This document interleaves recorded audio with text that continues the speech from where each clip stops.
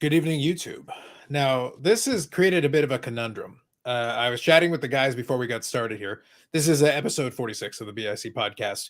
I am going to acknowledge the chat here and there, but we are live. This is the live episode, quote unquote, on Expo Week, like Shark Week, but lamer. So we're going to talk about, we'll touch on that a little bit. We've already talked about Expo a little bit. I'm going to do a separate video and stuff like that anyway. So I'll get into that, but we'll touch on it here and there where it's appropriate. But the thing is, since it's a live episode, that creates kind of the Friday dynamic. But on the other hand, it's Monday, and normally Monday is 5% more mature. So we found ourselves with a little bit of a problem. Wait. Are the people paying for this?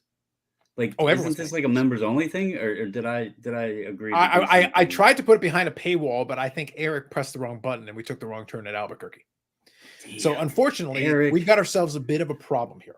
So we put our math skills to the test, and what we decided is it's Monday, so it can't be Friday, which means we're not 5% more mature. We're 2.5% more mature. 2.5. But that still means you get to listen to the riffs and look at the intro for the show, which begins now.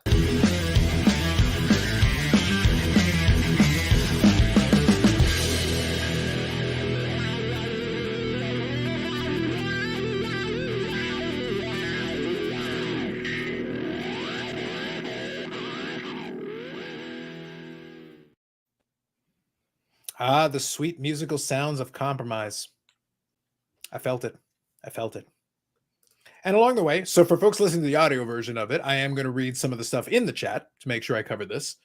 Carlisle, the battery, Carlisle, who joins us usually on the Friday live streams. No, this is actually my bad. I didn't realize when I set up the StreamYard, initially I didn't have a scheduled time. So I just set it up as a placeholder. And then I was going to add the other things into it. But when I did that, YouTube just shows it, and it just shows today, and it shows the time that I set the placeholder. So Carlisle was actually in the chat chatting. So, I have two comments here. So the first one was, I think I prefer the show when Carlos is here too. But then a few minutes later, he goes, actually, this format is growing on me. It's so peaceful and serene. I appreciated the development of this commentary. That's when I realized that it's like, actually, the placeholder is sitting there. I'm like, I should probably put some kind of a time on this.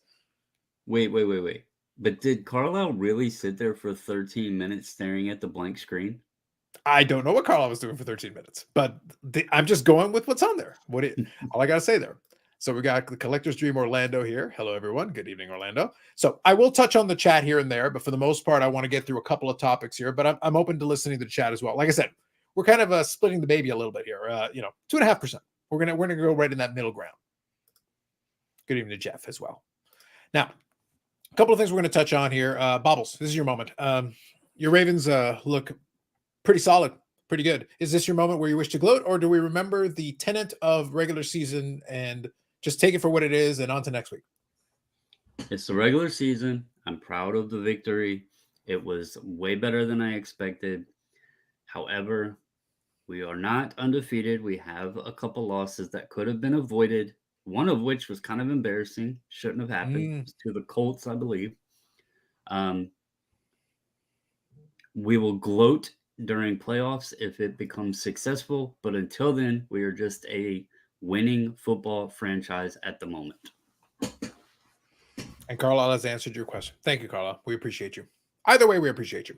And I want to let you know that even though it is, like I said, it is a live version of the podcast. That's why we've got the lovely outlay, including Havre in the corner, keeping an eye on the proceedings. It is 2.5% more mature than Friday. So it will not be all the Friday shtick. We will restrain ourselves somewhat. Also, another important thing, our friends at AMG Collectibles do support this. Although Eric is still supporting the like button, so remember that. The like button is being paid for by Eric. That is separate from it. So unfortunately, his Expo budget has declined precipitously because I have increased the rate for the month of November. It is November, and Eric will pay extra for the like button. So just bear that in mind. AMGcollectibles.ca and AMGcardbreaks.com. And tomorrow, there will be an AMG Collectibles podcast episode on the AMG Collectibles YouTube channel. We will be recording it in the morning, and it should be up before lunchtime tomorrow. So that's for the team members that are still in Halifax. And several of them will be joining us at the Toronto Expo this weekend. Just throw that in there. So thank you to AMG for supporting the channel. All right, let's get into it here going forward. I did want to touch on a couple of things. I'm not going to spend a lot of time talking about Expo. We touched on it quite a bit already anyway. And like I said, I'll do a separate video on it. But I did want to touch on this, and thought this was valid. So since we're talking about the NFL thing, and folks in the chat, if you want to chime in on this, I'd like to get your take. Of course, we watched our teams. I was happy the Packers won, but at the same time, I'm torn. Right now, we're at the time of year where like I want to see the team play well, but them winning doesn't really do anything for me necessarily. It doesn't necessarily help me. They're not going anywhere. So I just want to see. We want to do the evaluation process with Jordan Love. That's really all we're trying to figure out. Is he good enough to stick around, or should we jettison him into space? That's really all we're trying to figure out right now. So from that perspective, it was nice, but the Rams suck. And then Matthew Stafford-less Rams suck more, which is evidenced by the fact that the Packers won. So I'm gonna, I'll take it where it is. Look, I'll take it, but at the same time, I understood what the situation was. But can we talk about the Dallas game here for a moment? Because that whole last sequence was inexplicable to me.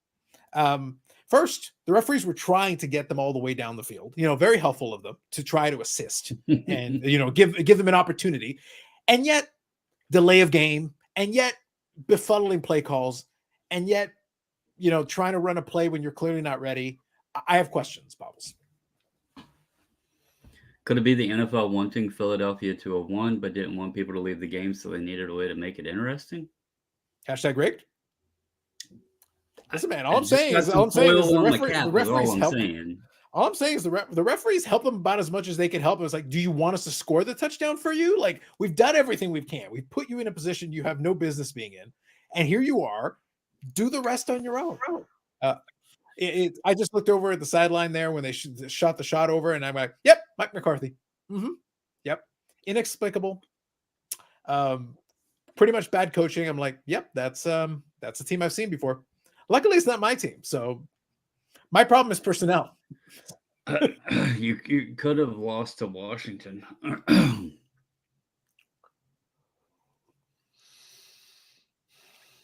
You're looking at Bougie Eric down there? I'm just saying. I see. We'll move on. I'll say this. During the, if you want to call it a game, that's up to you.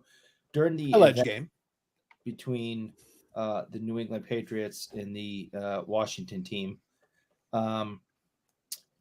I saw probably the most disgusting call in NFL history. It has totally put me off to enjoying the sport moving forward or respecting the league. And it was a call that actually helped New England. And it made national headlines, and the call was sacking of the quarterback. Washington sacked Mac Jones, and it was an absolute perfect sack. And they called roughing the passer and gave a whole set of 15-yard penalty and gave New England a set of downs again, and we still couldn't win because they just suck. Can I ask a serious question? I get your point, but look, I'm not a big referee call guy. I really don't care about bad calls for the referees one way or the other. But for New England at this point, aren't you better off just losing out? Well, yeah. I think that's why they're keeping Mac Jones out there. I don't think they're putting him out there because they think he can win. They're putting him out there. It's like, actually, we'd rather you lose. I don't care anything about that. I'm really, my frustration with that game was that this sport is being dramatically changed for the worse by the officials, by the league. It was absolutely horrible. My mother and I were watching the game, and both of us are realizing that we're yelling at the TV over a play that helps New England. That's how bad the call was. That as football fans, we're going, are you effing kidding me? And to be honest, I just can't. I don't know if I can be a football fan anymore. I've had enough. In fairness, you're a fan of New England. Were you ever a football fan to begin with? When I used to have to watch, are we sure we want to call that football? I grew up with the Patriots being 1-15 losers year after year. Watching the worst Super Bowl loss in the history of the sport. Fun And watch, by the way. Real I quick. enjoyed it. and stuck Hmm. by them. Is that So why this you is put nothing. so much emphasis on the regular season? Because you never got to experience postseason? I'm being 2.5% more mature. 2.5%. Speaking of which, Josh here. Thank you, Josh. We appreciate you. Good evening, gentlemen. Thank you, Josh. Appreciate you. Josh, All right. please be quiet. Now, let me move on here for a second. Carlisle actually made an excellent point, and I actually wanted to this is actually I've not thought of this, but look, I want to get to CJ Stroud here in a minute because that ending, that sequence was actually very entertaining as well. And by the way, we're going to talk a little bit about football because, like I said, we'll get into the CJ Stroud thing is actually going to lead into a different conversation that's a little more card related. So bear with us here for a moment as we're having this portion of the conversation. The Falcons lost to a QB that didn't even practice with the team previously. Dobbs. A great story. Dobbs going out there and basically playing like, let's just give it a go. Let's see what happens. He doesn't know who's out there. He doesn't know who's on his team. He doesn't know who's on the other team. We'll give it a go. Drag this team to victory. Like, look, I'm not even. I think that was the Atlanta Minnesota game, right? Like, I don't even really like at this point. I don't really have a stake in it, but I did enjoy the fact that out of all things, just randomly put Dobbs in there and he found a way to win. It worked out, and the guy had to fight for it. I'll give him his credit. It was entertaining. He's not a great quarterback. He's a journeyman by definition, like a true journeyman. But he found a way to give him a spark and won a game. I thought that was very look in a league where we're looking for entertainment, and every week that goes by, and Bobbles can attest to this, and we were talking about this. All I'm going to say is this: I talked about that it was a real possibility this season is going to be rock paper scissors. There's no real great teams. There's some really bad teams, but with the right matchup, they can squeak out a win, find a way. And I think it's going to be a lot of that this season. There's going to be like no dominant team because none of the teams feel dominant. Even teams with good records don't feel dominant. Even the bad teams are going to have some games where they hang in there and are at least competitive and have a chance. It's very much matchup based. Depends on who you're playing and it depends on what the circumstances are. Like I said, the Packers have played terrible.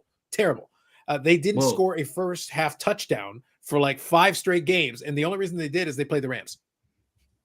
Well, I mean, we're just over halfway through the season now. And there's still so much that could happen. There's a ton that's already happened.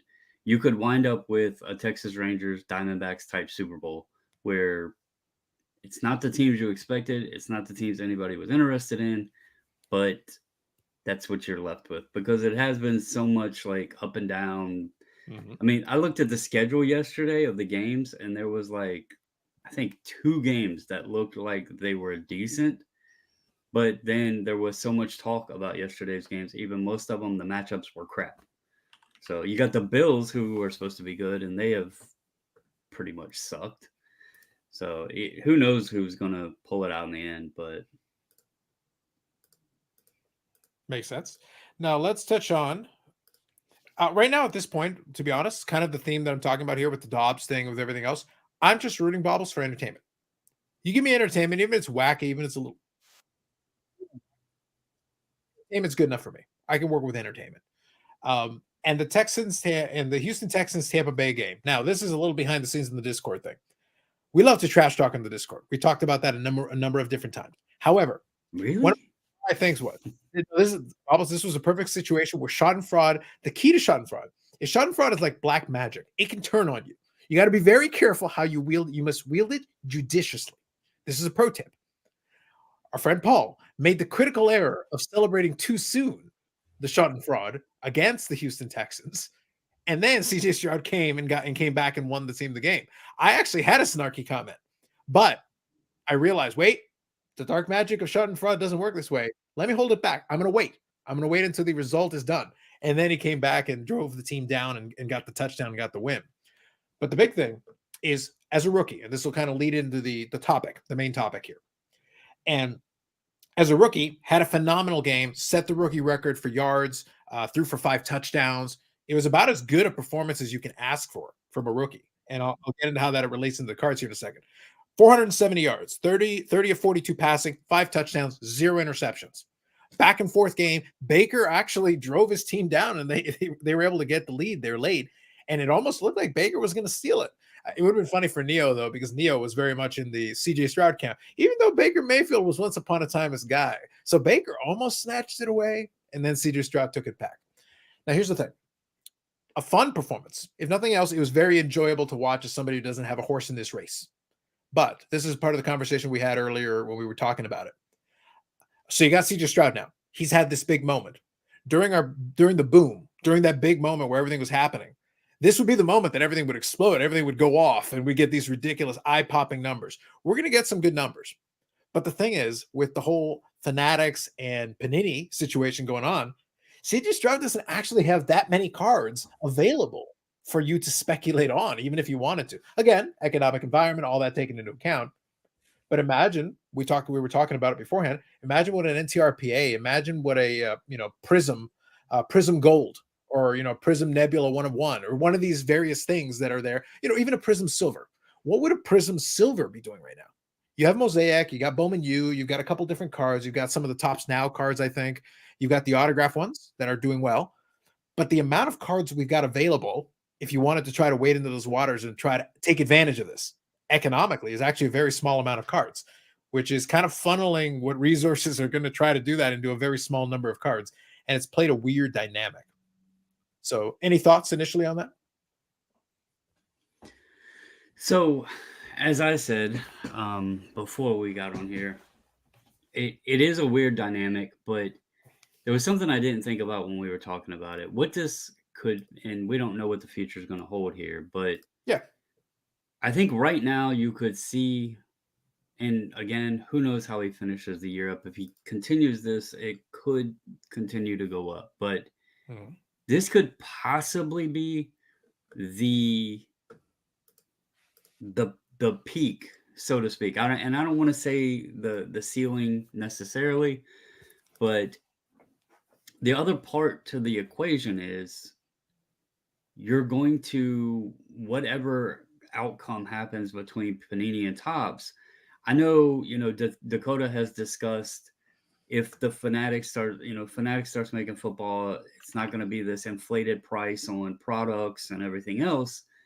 I'm dubious on that, by the way. I'm on record as being dubious on that, but we'll see. We've seen what they've done with other sports, like Upper Deck even, we'll throw them into the mix here as well in the mixing pot.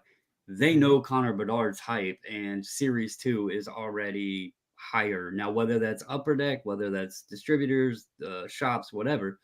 But if CJ Stroud numbers continuously rise like they're, currently doing, your product, when he finally does have stuff come out, is going to be insanely priced because of the value of his card being in the product. So it's kind of like this. It's a weird spot. He doesn't have much right now. He doesn't really have much licensed stuff at all.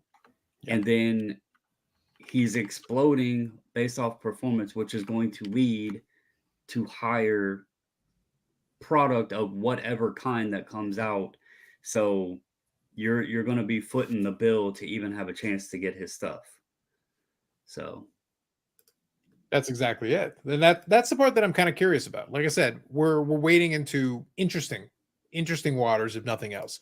So Jay here makes a comment. Single game performance over a span of more than 1 week should have zero to do with card performance, except for the weak-minded non-collector card traders. Jay makes a valid point, and I appreciate you, Jay. Thank you. I will say, though, look, I have a lot of fun, and I had Dakota on the channel talking about this, and we had a little segment where we talked about the CJ Stroud thing at the shrine he's building, the CJ Stroud. But the thing is, the kid has shown a lot of promise, a lot of potential. He's also played extremely well. It's not 1 or 2 games. He's had a couple of different games where he's shown that potential. And again, it's a franchise that hasn't had a lot of things going well for it. But the truth is this: we'll see. Like, I don't know what the future is going to hold. We're the kind of to Bobbles' point. It could mean nothing, but it was still a fantastic performance. It was, look, if nothing else, it was a historical performance. It was a record-breaking performance for a rookie. 470 yards is phenomenal, but 5 touchdowns with no picks for a rookie is fantastic against an NFL team. And an NFL team that was actually playing, actually trying to play, and they were trying to win the game. They were at least being competitive. Again, it was a very competitive game. Did I look wrong? Is he at 14-1 on the season? You talk about it touchdowns to interceptions? Yeah. Yeah. Yeah. Yeah. So He's 14 touchdowns to 1 interception, which is a great for a rookie. It's fantastic. It's a good Yeah. ratio. I mean, 14 is not like, it's not a high number necessarily at what are we, week 9 completion now. It's not terrible, but it's not like off the charts. But the 1 interception is key for a rookie. He's not out there Yeah. making a ton of mistakes. So You don't expect that rookies to put up favors like him. gaudy. You don't expect rookies to put up gaudy touchdown numbers anyway. If you're realistic, if you just basically double it up through the rest of the games in terms of where we are, that would equate to 28 touchdowns and 2 interceptions. I don't expect that to go through to the end of the season. However, if it did, that would be a fantastic It's rookie good campaign. numbers, yeah. Like it means you were efficient. It means you didn't do anything stupid. It means you stayed kind of within your lane. The team isn't expected to do anything crazy, but you played well enough to keep your team in games. That's great. That's all you can ask for. And then obviously build the team around him, fix it up and make it better and give him better opportunities down the road. But at least it would give the people who are hoping and crossing their fingers hope and potential for the future, seeing that discipline early, because discipline is a big thing you worry about with a lot of these young players. The point though is that it is a unique dynamic. Jay's point is 100% right. But either way, like even if he just ends up being a pretty good player, just this current cycle where we don't have a lot of cards, all the other rookies, whether they're good or bad for the last several years, have had tons of cards to choose from. If any of them took off, there are lots of choices: low end, mid end, high end. With this one, we're pretty much limited to a handful of specific things. If you want an autograph, there isn't a lot of stuff to be chasing after. Not a lot of those with cards available. That's why I said, and I get Dakota's a Houston fan, so it makes it a little bit different on his end of it. If it were me as a speculator, prospector, or whatever on the guy, I would probably sell right now because he did, he is going up. He had a great game. His hype is there. And whenever, assuming that more product is going to be released, I don't think they would just like cut it off right now. But assuming more product's going to be released, there's going to be a good amount of it. And, then the supply starts, saturating the market a little bit. And then that's when some of your stuff's going to soften. So, I mean, hopefully for Houston fans, the kid stays, good and doesn't have injuries or anything like that. But it's a weird situation, and we all know the new shiny wears off. The next new thing will come out, and you're going to find yourself in a weird position. So. Absolutely. Now, I think what will be interesting, though, for the new shiny is until Fanatics and Panini are able to resolve their issues, the new shiny may have 0 cards. That's kind of where we're stuck with at the moment. That's the only reason why I say that the CJ Stroud thing is particularly interesting, because this would normally have been the time where if we had a full complement of options, it'd be interesting to see where things would move. And we'll see what happens with that. So Dave here joining us. Good evening, Dave. Fanatics goes public 3 years later, renewing strategic options. Card gets sold off. They bought at the absolute top. Dave is very much a big fan of Fanatics, of our Fanatics overlords. Huge fan. Make sure we cover that. And for reference, the next 3 games of Houston, I believe, based on what I'm seeing NFL.com, is at the Bengals versus the Cardinals and versus the Jaguars. So plan your hashtag investing accordingly. Hashtag invest responsibly. Bengals looked good against the Bills. Burrow's rounding back into forms. Cardinals, he should have an explosive game. Jaguars would be a fun one because you got 2 young talents. Mm-hmm. Yeah. So 3 more weeks, and it could actually be, his numbers could actually look pretty decent after a couple more weeks. So we'll see. I'm not going to predict anything. Like, I'm out of it. I don't have a horse in the race, and I don't own any of the cards. But good luck to those who do if you decide to ride the roller coaster. I'm inclined to take some of the profit, kind of alluding to what Bobbles was saying, but that'd be me. But if you've got a couple of cards, then you can certainly afford to do that. Now, I wanted to touch on this here. I mentioned to the guys that I had listened to Hockey Cards Gongshow. If anybody's familiar with it, I will include a link in the description for folks checking it out after the fact to their podcast. They talk about a lot of different stuff with the focus on hockey cards. And they do a nice job of having timestamps, so you can skip ahead to the pieces that interest you. They had Mikey Singer from the Sports Card Expo on there, and he gave a couple of details of a couple of the last couple of shows. And one of the things that I wanted to kind of bring to attention, because we've been asked it previously, and I wanted to give that information. How big is the show physically? It's going to be about 200,000 square feet. That's per the guys that are organizing it. So with the 2 halls, they're going to do 200,000 square feet. Pretty solid size for them. And the other piece that was included is that last time they had 20,000 paid attendance through the door, which is not including the under 12, which are free, or people like Eric who sneak in through the door under the cover of night. Those don't count. So 20,000 paid attendance, notwithstanding that, those are numbers from the last Hockey Cards Gongshow podcast. Which delivery outfit uniform get up do you have this time, Eric? Oh, FedEx. Oh, I love it. They've been told to keep an eye out for a suspicious UPS driver. Mhm. So I got FedEx this year. Gotcha. Okay. Yeah.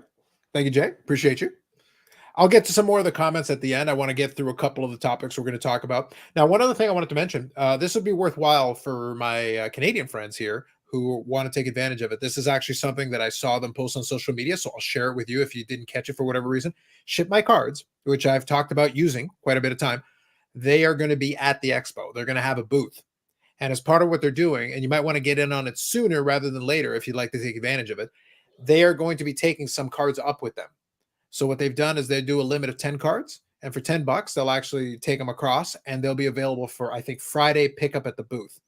Follow up with Ship My Cards if you want more details, but that was my understanding, and I have executed on that. So I'm hoping to go over there on Friday and pick up 10 cards, and 10 cards, $10, which is great because otherwise it would be shipped by FedEx the way that I do it, and customs and some other stuff.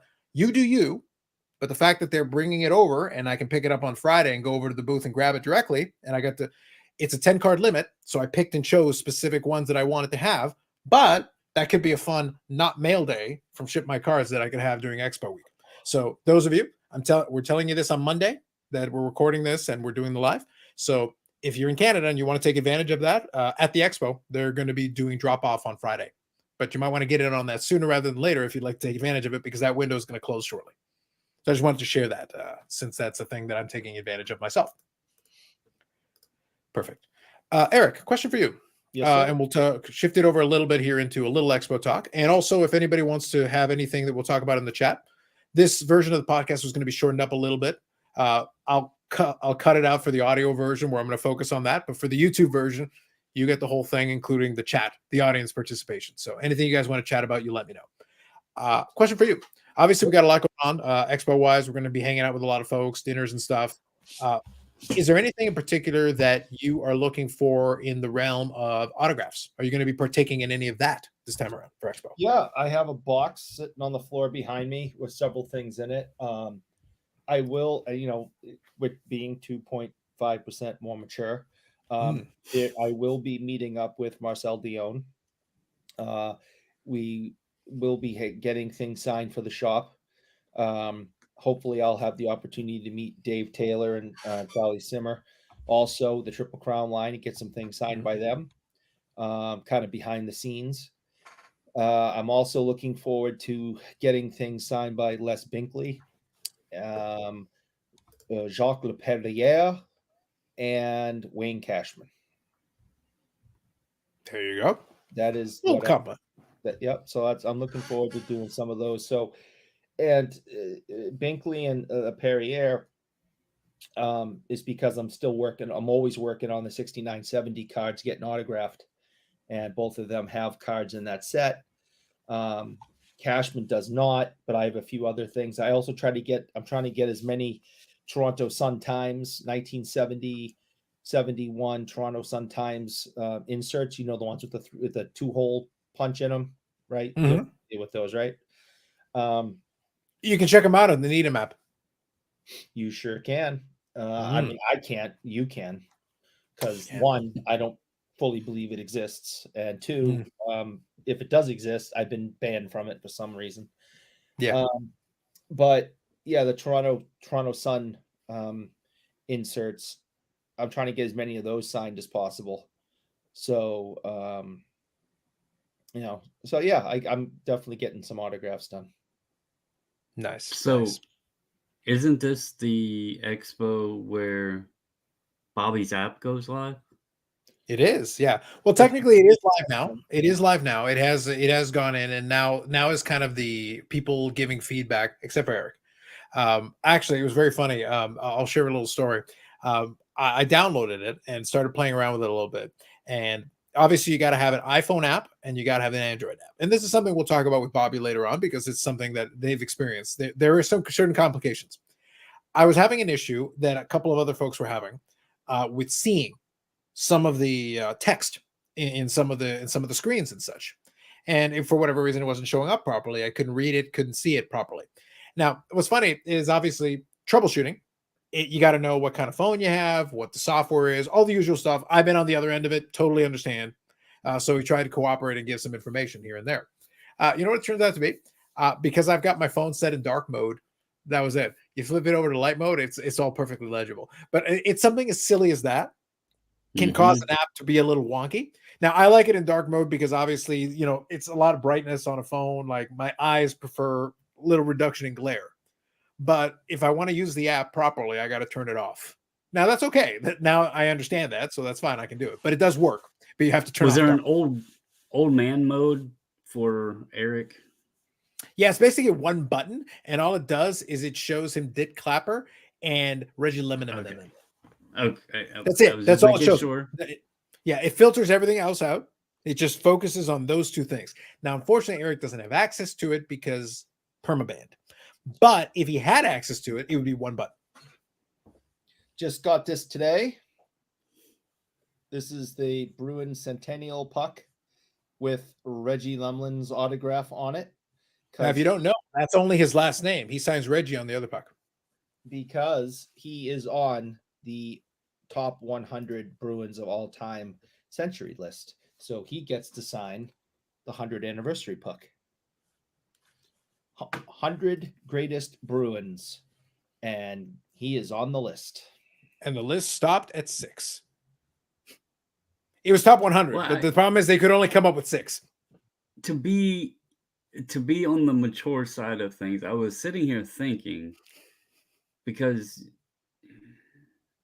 like you could have full teams from many years to fill out 100 lists. Well, the point, Bobbles, is supposed to be that 100 years of the Boston Bruins. Now, if we're being practical about this, top 100 Bruins, we basically have Bobby Orr 47 times. We have Joe Thornton 47 times. That's 94. Is it one? Sergei Samsonov 5 times. Year? No, total. That's it. Oh. Yeah. So, like I said, Bobby Orr 47 times. Joe Thornton 47 times under different aliases. They use different names for him, his AOL accounts, like whatever he's got. They use them all. Then Sergei Samsonov 5 times. And then we stick Reggie Lemon in at the end. 100 greatest Boston Bruins. Now, if we had 100 greatest Colorado Avalanche, we could include Ray Bork. Different team. But, you're not being 2.5 more mature. Oh, no, I would be a lot more vicious on Friday. This is 2.5. I assure you, sir, this falls well under the 2.5% more mature moniker. I was being mature because I was trying to think of like how many players per, whatever. Like most of the teams stuck together through many years. So like how many segments of years did it, and was it like the whole damn team from that generation? No, they took every single player that's put on a Bruins uniform, whether it was for one shift or, 800 games. And they took the top 100 greatest Bruins of all time and put them on a list for the 100th year anniversary. And what my number is Hal Gill? Player is on the list. What number is Hal Gill? He is not on the list. He is a signature legend, Eric. No, but he is. How can he be a signature legend? He is an SP signature legend. He is. That is a fact. That is a fact. He did make that list. Then how does he not make Bobbles? I am perplexed. I am flummoxed. I don't understand. How is he an SP signature legend and he can't crack the top 100 Boston Bruins of all time? A list that predominantly involves Bobby Orr and Reggie Lemon and PJ Stock. We're hurting for choice, and we cannot find room for Hal Gill. Eric, how can you not find room on your list or in your heart for Hal Gill? Do not besmirch the name of Hal Gill, sir.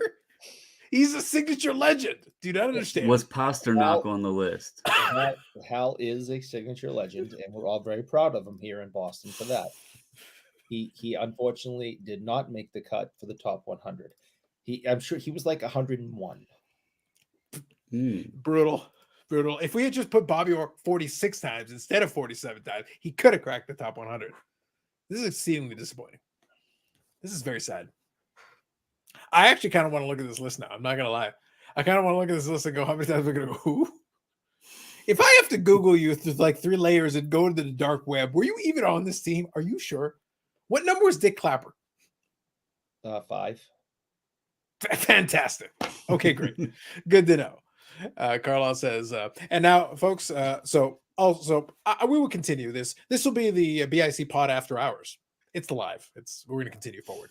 But look, as far as this week is concerned, it's Expo week. A lot of this came about as a result of preparing for the Expo. Didn't want to have to do a live tomorrow. There's going to be more stuff coming up on the channel. There will be a couple of videos that I will do in the lead up to it. And the Friday live stream will not be on this week, but I wanted to have a live stream to have something on the channel. And we're going to hang out for a bit after this. For the audio version, we're all going to magically disappear. And we'll see you next week. But if you're on the YouTube version, we're going to continue on going forward. But otherwise, if you're on the audio version of it, give us a 5-star review. We would appreciate that. If you're on the YouTube version, give us a like because I charge Eric for it. Hell, if you're on the audio version, go find the YouTube version and give us a like so I charge Eric for it. We appreciate it. 2.5. Under the watchful eye. Come to the YouTube and figure out who the hell Eric is. True. It's not worth it. And you can find out where the look on his face when he realized that he was this close to denouncing Hal Gill, SB signature legend. This close. So, for Bobbles and Ball cards and Sanderson or to Hal Gill, BSC Podcast episode 46, audio version out, live stream continues. Carlos says, I'd like to put together a top. That'll help me edit after. So that's your send off for the audio version. I put together a top 100 Atlanta Flames list, but I don't think we had that many players before they moved to Calgary.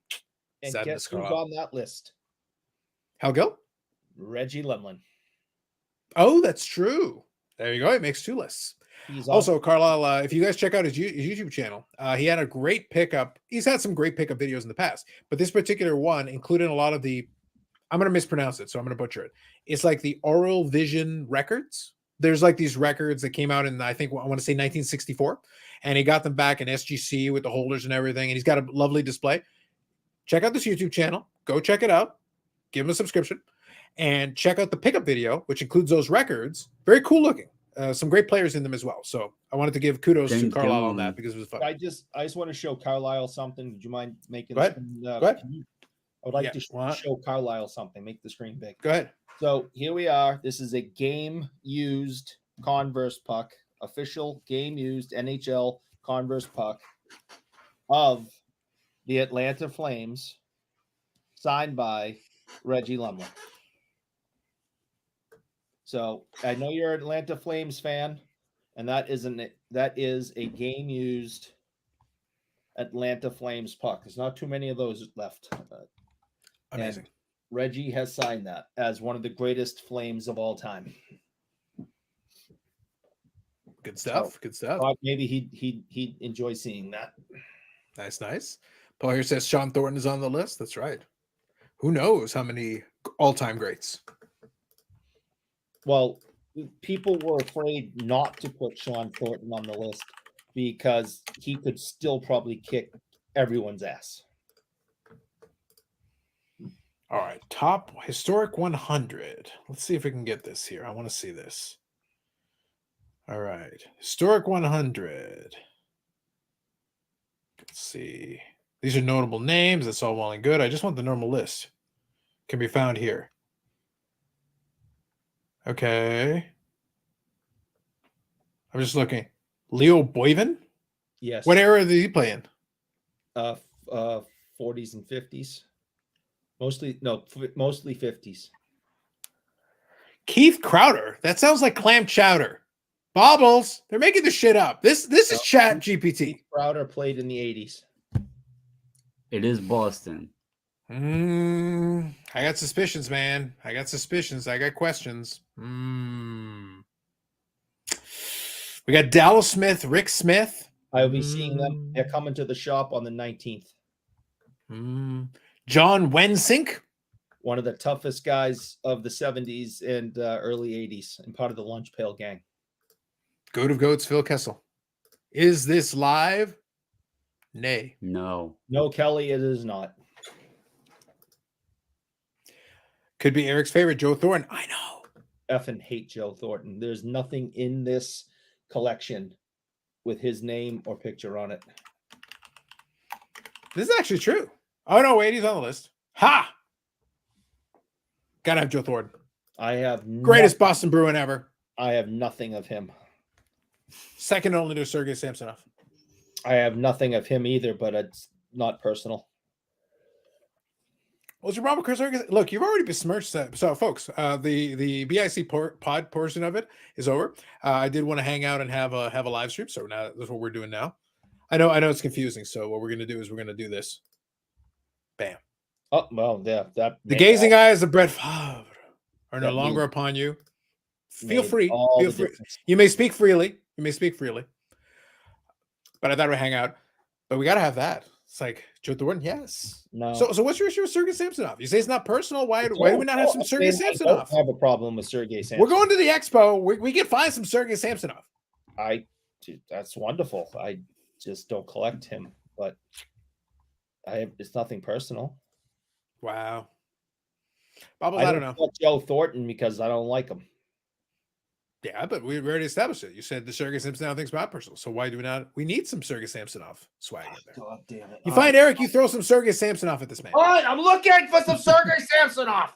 You're damn right. Show some respect. God damn it. Good Lord. Looking. Give me a second. Christ. So what do you all want to chat about? You want some hashtag invest in Vice on CJ Stroud? That'll be Dakota's job. I leave that to him. Good luck to him, though. There you go. About time. And he's not even in a Boston uniform. That's how good it is. There you go. Mike, Canadian Cards here. Good evening, Mike. Vladimir Ruzicka. Now, I believe he is in like the World Hockey Hall of Fame. He played for Czechoslovakia.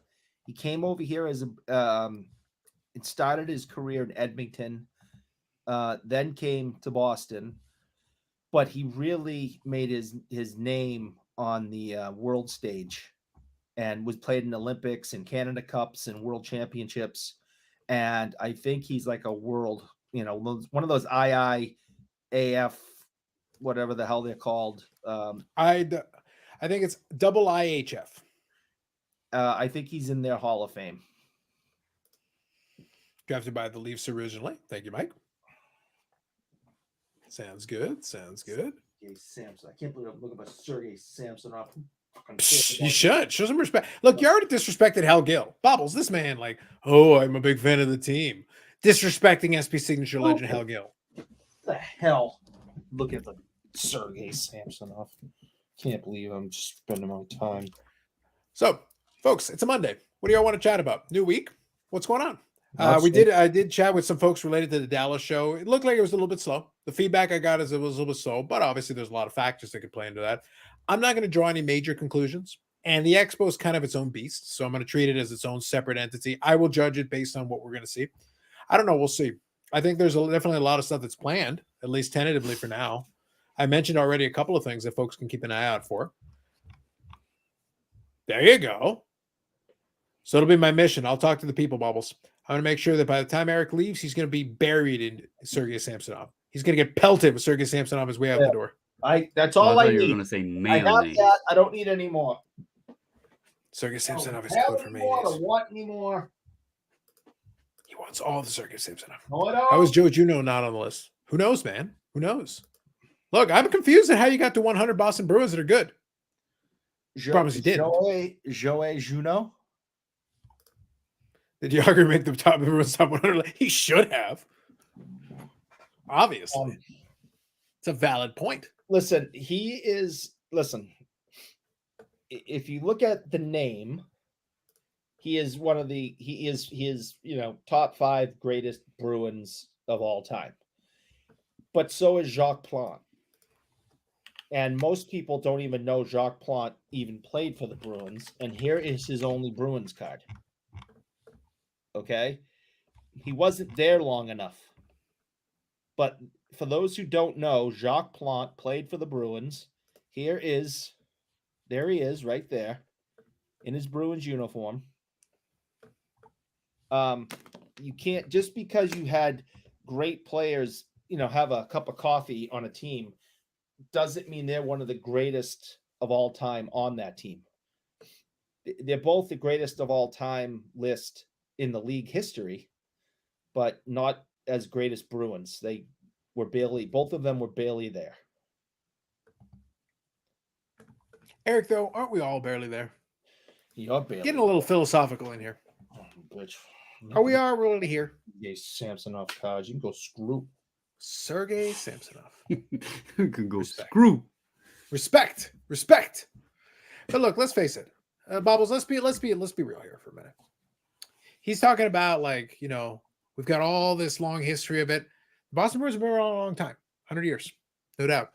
But we're sitting there. If we get rid of 2010, 2011, we got to go all the way back to 69, 70, 70, 71 under Bobby Orr, under the stewardship of Bobby Orr. And then we got to go back to 1940. The team was founded in 1924. 16 years in, they had most of their Stanley Cups. Well, half. There's 6 total. So half. Half of the first 16 years, and the entire rest of their history is 3? 6 is that even a franchise? Do we even count that? 6 in 100 years is not very impressive. I'll give you that. That's all I'm saying. Let's go look at the Montreal Maroons. Many Stanley Cup final appearances, but unfortunately, we only have 6 victories, and only 1 in my lifetime. For contrast, the Montreal Maroons have 2 Stanley Cups, which is a third of what the Boston Bruins have, and they ceased to exist in 1947. The franchise was literally canceled. I'm aware. I'm not trying. Yes, 6 in 100 years is not mathematically impressive. Very intelligent. Does something in aerospace technology now. Nice. Yeah, he went to. I think.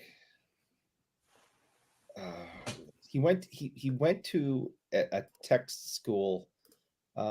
I think it was Rensselaer, maybe Polytech, or something like that. Yeah, he's a pretty intelligent guy. Yeah, see, RPI, Rensselaer Polytech Institute. Yeah. There you go. Paul says, are you dismissing Jaromir Jagr's 11 regular season games? Should have his jersey retired for that? Yes. And the fact that he got to the finals with the Bruins in 2013 and did nothing. Nothing. The man has done enough. He was in the final. The man has done enough. He won another Stanley Cup. Okay? He was in the finals in 2013, and what did he do? Nothing. He was looking for Mario Lemieux. What do you want, my guy? It was difficult. Makes sense. I like that we got to invoke the Montreal Maroons. That made me happy. And Helgill being an SP signature legend. He is an SP signature legend. That would be my new favorite thing, Bobbles. Whenever it's like some rando, he was an SP signature legend. Probably. I won't even look it up. I'll just assume. How many of the players on the list scored the first 3-pointer? Could you not encourage him, please? 2.5, gentlemen. The man is asking a valid scholarly question. 2.5. A scholarly question. 2.5. At least 98 of them. Eric, Kenny, Craig, Janney rookies. There you go. I think Jagr's nothing matches Ray Bork's finals accomplishment as a Bruin. Oh, burn. Sick burn. Paul, that's vicious. I liked it. Vicious. Can I, Bobbles? Can I like a comment in the live chat? I am think you can losing the pin it ability to the top. maintain. Hold on. I am totally pinning that comment. It is happening. Replace pin message. Am losing the ability to make This comment has been pinned. a 2.5% more mature maturity rate. If The man this, is merely spitting facts. if this continues, I'm not going to be able to hold myself together. Eric, I don't think you understand what 2.5% means. 2.5% means that is certainly fair game. It was a valid, legitimately scholarly point. Hashtag scholarship. It's a scholarly point. The man's making some solid points. I hate Paul. It's all right, though. Ray Bourque made up for it with his illustrious career as a Colorado Avalanche. Great achievements. Wonderful, heartwarming Stanley Cup final. Tearjerker. It was amazing. So, other than making fun of Eric's pseudo team, what do y'all want to chat about? You tell me. Well, do y'all have anything? I mean, Eric talked about autographs. Do y'all have anything on your wish list that you're going to be hunting for at the expo? Eric's got a list here. Let's pull up a list. Hal Gill, SB Signature Legends autograph. Yes. Go on. Things I'd be interested in that I'm looking for this year. Some of them I honestly don't think I can afford, but I'd like to try to find something that might fit my wallet. I'm looking for a Phil Esposito rookie. I can't afford one of high quality. A graded 1.7 and above, 1,000 to multiple thousands of dollars. So 7, like you were saying. No, I'm thinking like a 3. No, you said $7 equated to thousands. Yeah. So yeah. And then a Johnny Busick rookie card I'd like to get. I have all the rookie cards of the 70s Stanley Cup teams except for Bobby Orr, which I'll never get unless they hit the lottery. Phil Esposito and Johnny Busick. So I have every other rookie card of everybody who were on those cup teams, except for those guys. So, and God bless you if you do. I will forgive you for all your transgressions against me and the Boston Bruins if you can find these as quickly as you found my Grail last year. Eric, though, like you talk about the transgressions against the Boston Bruins. When are the Boston Bruins going to give reparations to the rest of the NHL for their founding? That's borderline a war crime. So when are you all going to apologize? I'm not having this. I'm not talking to you. See, Bubbles? The man does not accept accountability. There's a serious lack of accountability here. Just saying. Good evening, Zach. Mike says, sorry, Eric. Are you at the expo this week? Unfortunately. Yes. Border Patrol's been notified. It's not like he's that hard to find. All we got to do is put packets of mayonnaise across the border. He will never cross. That's true. It's like garlic to a vampire. We can keep him away.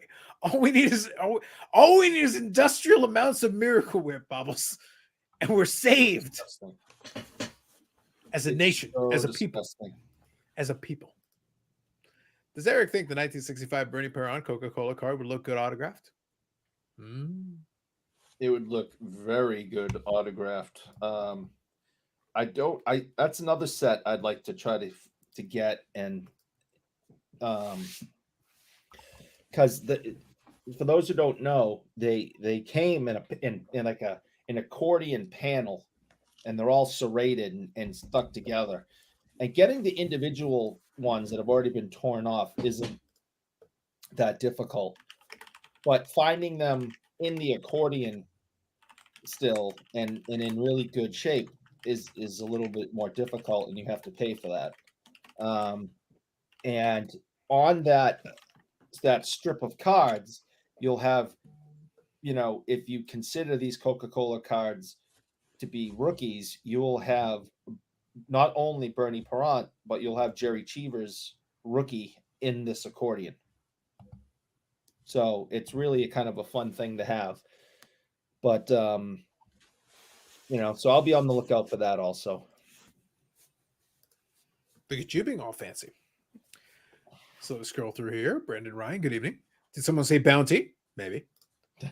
Is he working Dion's booth? Stalking Dion's booth. No, he knows I'm coming. I've spoke to him on the phone. I have a meeting. I'll be meeting him. I'll probably see him Thursday, but we have plans on Friday. I know something that I would like to discuss with you guys. Well, please. Eric probably doesn't care. So I was browsing. If it involves Hal Gill, he certainly would slander the man, probably. Go on. I was browsing eBay with the new SP Authentic. Sure.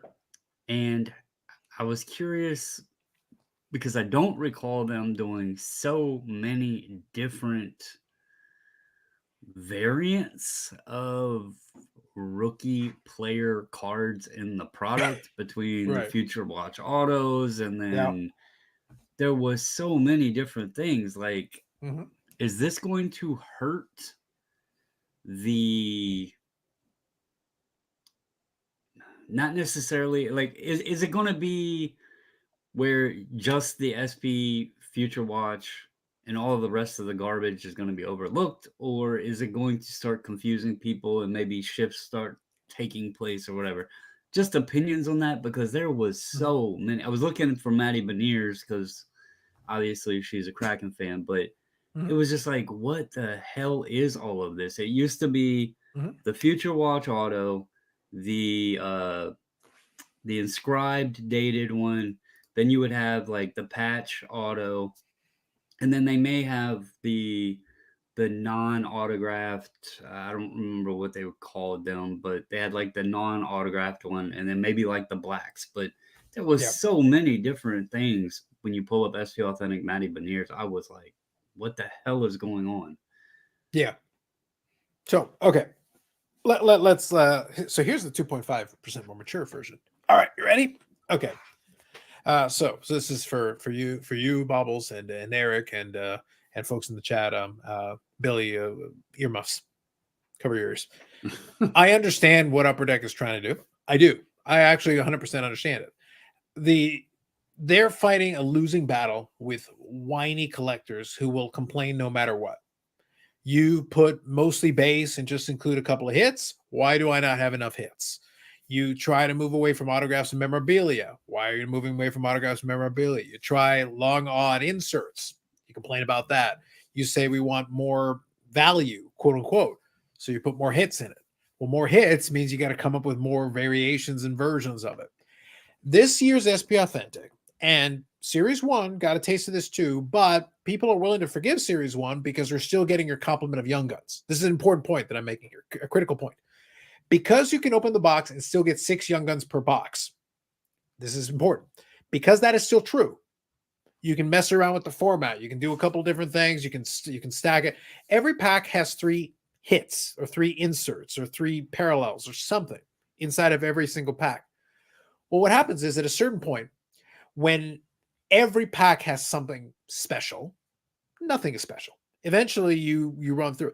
And this is the balance they're trying to figure out. They're like, okay, look, we can't just get 1 million autographs, because if we get 1 million autographs, then the autographs are worth nothing. And then you complain the autographs are worth nothing. We try to do a bunch of jerseys, then you complain the jerseys are worth nothing. We make them hard to pull, then you complain you're not getting your jerseys or your autographs. Like, you can't have it both ways, and people consistently try to have it both ways. SP Authentic is experiencing this problem too. And the problem is that Future Watch autographs are the traditional thing, along with Young Guns, that people chase. Set collectors still like to do SP Authentic, not quite to the same degree as Flagship, but there's still a set collector base that underlies the whole Future Watch thing. The fact that one of the biggest influencers, I'll say for the sake of argument, in the hockey card space, Ziri. I've talked about Ziri a bunch of times. Ziri's over 60,000 subscribers now. In YouTube parlance, that's a big channel. Like, we have to respect the channel that can hold that much attention. He went off on SB Authentic, and that's his favorite. SB Authentic is his favorite. And he went off on it because he opened a couple of boxes and didn't get a normal SB Authentic. He got the retro SB Authentics. The retro Future Watch. He didn't get normal Future Watch in 2 boxes.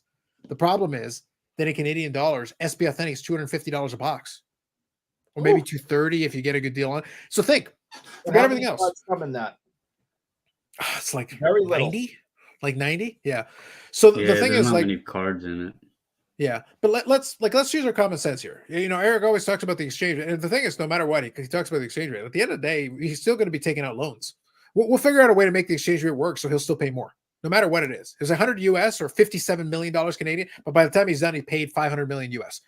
I don't know how. PPP loans. Who knows? I get screwed every year. I don't understand how. The exchange rate will work against you no matter what. But the point is, however you want to slice this, okay? Look, if I say $230, I say $240, I say $250 a box, that's still a lot of money. That's a lot of money. So when you're opening the boxes and the thing that you care so much about, the thing that you're chasing is some of these Future Watch autographs of some of these key players, Matty Beniers or whoever, and you get, let's say, a Future Watch, somebody decent, but it's a retro Future Watch that's going to go for a fraction of the price, that won't cover the price of the box. Which is weird because they're lower numbered. That's but the always people been don't. weird. The people But are it's not interested in the it. variant of it. They don't want the variant. They want the OG. They want the real deal. Right. So the market doesn't respect it the same way. That's super important. They just don't respect. And then put in a bunch of parallels in it and a bunch of it basically ends up feeling like filler. For the person opening the box, it feels like filler to be like, yeah, here's a hit.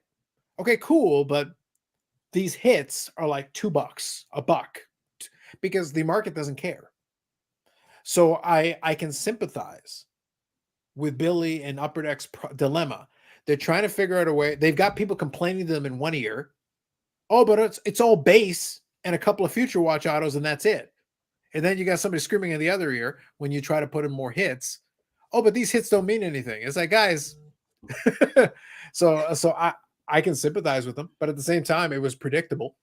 You can imagine, and I think it's going to hurt. So my opinion is that all of those things I just said are going to hurt the resale of the boxes.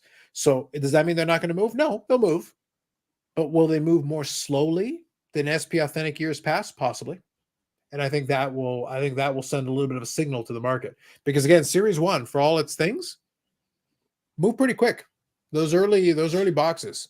AMG moved a ton of boxes. So all you need to know, a ton of boxes very quickly. As soon as they found out there was a Bedard card, it was just an absolute freak show.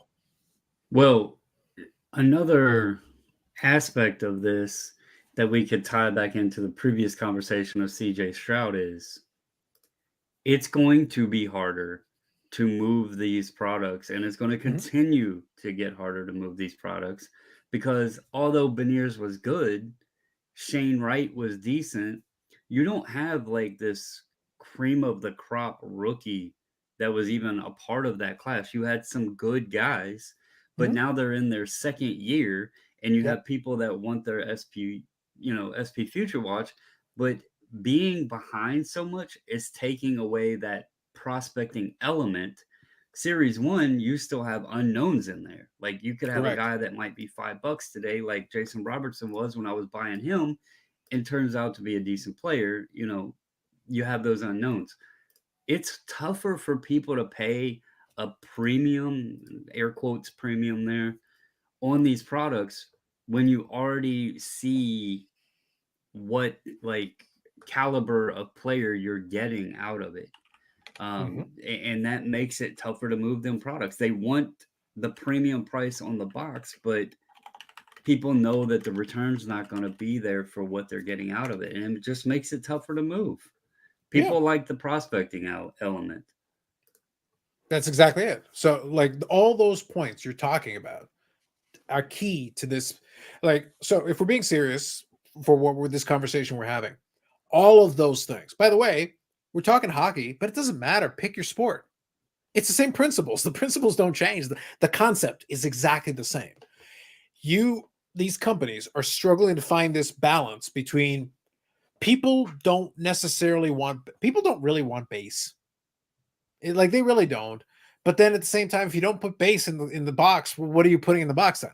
Again, I go back to what I said a moment ago. For Series 1, their solution was to be like, okay, we'll reduce the number of packs. We'll put it 12 cards per pack, 12 packs. That's 144 cards. That's less cards per box than before. So you're getting less base. Oh, and we'll make sure that based on the ratios and the odds and everything, you're getting 3 different cards per box, be it an insert, be it a parallel, be it an outburst, whatever, something. A portrait or your favorite, the portraits, yes. So the point is you're getting 3 of those per pack. You're getting 3 per pack. You got 12 packs. That's 36 special cards out of the 144. 36 of them are special. The rest are base, straight up base. But you're encountering this problem. So what happens when you stack up enough special cards? When everything's special, nothing is special. When everything is special, nothing is special. So everything loses its luster. And all of a sudden you say, oh, but this is a really long odds insert, this particular one. Yeah, but does the person know that? How many of them are actually reading the back of the box or the back of the pack and looking at the odds and realizing actually that one is 1 per case or nearly 1 per case? Actually, it's a really good pull. The person buying the single from you for a bargain basement price because you put a cheap buy it now because you didn't bother to look it up, they'll be happy. They were able to get a tough card, but you didn't realize what you had because every pack had 3 special cards, right? So you're drowned in special cards. So at a certain point, you get numb to it. That's it. And it kind of plays into what Mike's point here is. Do the retro autos give them more potential guaranteed auto per box? It literally fills in to ensure the guarantee. You're guaranteed 2 autos per box. By putting in the retro ones, it guarantees somehow, some way, you're going to get 2 autographs in here. They can be whatever, but 2 of them. Is retro autos meaning players from the past? Is that what we're referring to? Nope. It's a retro design with new players. I haven't seen these yet. Yeah. Basically what they did is they took 2 years. They took 2 years of SP Authentic from the past and put in the current players. And you could get, so Matty Beniers, let's use the Matty Beniers example. So you could get a Matty Beniers Future Watch autograph, but you could also get a Matty Beniers Future Watch retro. It would be a numbered autograph, Future Watch. One of them was the Jason Spezza rookie year design. That was one of them. Mm-hmm. And the other one, I forget what year it was, but there was another retro design they borrowed to put it in. So you can have, so technically you got 3 Matty Beniers Future Watch, but only one of them is the real Matty Beniers Future Watch. Yeah, sure. So because it's the one for that year, the real design. They had the retros previously, but is the change this year they'd use 2 different designs for the retros? I think they've spammed it. What they said is they said we're going to put 2 autos per box and we're going to put 2 autos in there one way or the other. And there's just too many boxes where you don't get one of the actual Future Watch for that year, that design. Yeah. And that's a problem. So imagine you get one of the retros and let's say Sign of the Times, 2 autos per box, right? That counts. Technically 2 autos per box, but you only got 1 Future Watch and it was the retro Future Watch, not even the real. I wonder what the ratio is per case on average. If they're doing it like 50% of I can't, what is it? Is it 16 boxes in a case for SP Authentic? I can't remember how they do it. Right. I know they have inners on those. I think it's 8 and 8 for the inners, and I think it's 16 in a case. Yeah. So I wonder if there's 8 true Future Watches per case, if they're doing it like a 50% ratio. That would be something interesting to know, because that would really cut, personally, for the people chasing and opening the product, it would cut the value out of that product, because that's, you're 1 in, 50% chance you're going to get one. Mm-hmm. And then it's increasing the print run, obviously, by a huge margin, because they're then expanding how many cases they can produce. Right. Makes sense. So let me quickly answer a couple of these comments here. So Brendan Ryan says, do regional sets count in the rookie card landscape? Traditionally, no. People have slowly expanded the definition of rookie card, but the regional sets traditionally don't count. As a collector, you can collect whatever you want. I'm a big fan of some of these regional ones. I think they're cool, but it's not considered a traditional rookie card. Nationally distributed used to be one of the criteria. Right. Nationally distributed. Now we threw this and made it murky in years past because speaking of, on the hockey side of things, the old McDonald's sets, the Sidney Crosby year, he was in the McDonald's set. So that's nationally distributed in Canada. Yeah, it wasn't available states. But the thing is, they made 5 trillion packs of this stuff. So you can't say it's like, it is regional, but it's not exactly hard to get. And eventually Beckett called it a rookie. Just because you could get your hands on it pretty easily. It was available from one coast to the other. Or if you were in a border state, you could just come over, grab some packs and get it. Like, it wasn't like it was impossible to get. It was available. Well, with the help of the internet and eBay and things like that, now you can get those things after a week or so that they've been out. Where in the past there was no way when I first started collecting, there was no way in 1988 that I could have gotten that card. It was in Canada, it was staying in Canada, and unless a dealer went up, got it, and brought it back to a show and put it in their case and charge a ridiculous amount of money for it, you couldn't have it. Now you just go on eBay and hit click and it gets sent to you. Look, I'm not saying I bought a cheese string on that way, but I might have bought a cheese string on. Oh, I think you did. I think I did too. I think you did. So Dr. Exclusive said, do you guys think the market would scream less or more if they got rid of the retro autos and increase the base future watch autos from $999 to $1,600? I like that you picked 1,600. So important criteria here. I think the market would scream no matter what you did. That's the challenge Upper Deck's finding. No matter what they do, they're wrong. just to be clear, no matter what they do, they are wrong. Except for the inclusion of Hal Gill as an SP signature legend. That is an obvious move. Everyone agrees. There's no doubts. Yes, we're all in support of that. Portraits and whatever the hell the class clown thing was. Whatever, I don't know I don't even want to think about it. I can't remember what it's even called, but it's as stupid as that shit. The point is, right now, Upper Deck is swinging and missing a lot. Again, in the opinion of individuals, I will merely speak for myself. There have been some swings and misses. Now, such as a lot of the delays. Portraits. I'm not even worried about that. I'm more worried about I'm worried about the Who fact came that up with this. They need to be hunted down and tortured and fired. Billy will be at the expo. Go ahead. Anyway, so the point is that let's use the example of the SP Authentic that we just talked about, though. That's 2022, 2023 SP Authentic. I'm not talking about 23, 24. I'm not talking about the Connor Bedard. So, Bobbles, to your answer, the Connor Bedard one is going to be fine. If Connor Bedard's playing well, no one will care. Retro, regular, kaleidoscope, future watch. Who gives a shit? Come up with whatever. It'll be fine for a year because the hype should be able to carry through. If you don't have the rookie class to carry it, though, that's where you run into a problem. That's where you have a struggle because people are willing to forgive if the chase is strong enough. They're willing to forgive. I think to his question, I actually think people would scream more if they got rid of them and increased the OG watches. collectors would hate it because the $999 has been established. You're not fixing anything there. Mm-hmm. You're just making more of the one that actually is valued. Yeah. And then that's going to in turn devalue the actual cards. It may not devalue the interest in the product necessarily, which is what we were talking about, because people are turned off by spending the money and then not getting the cards they're wanting.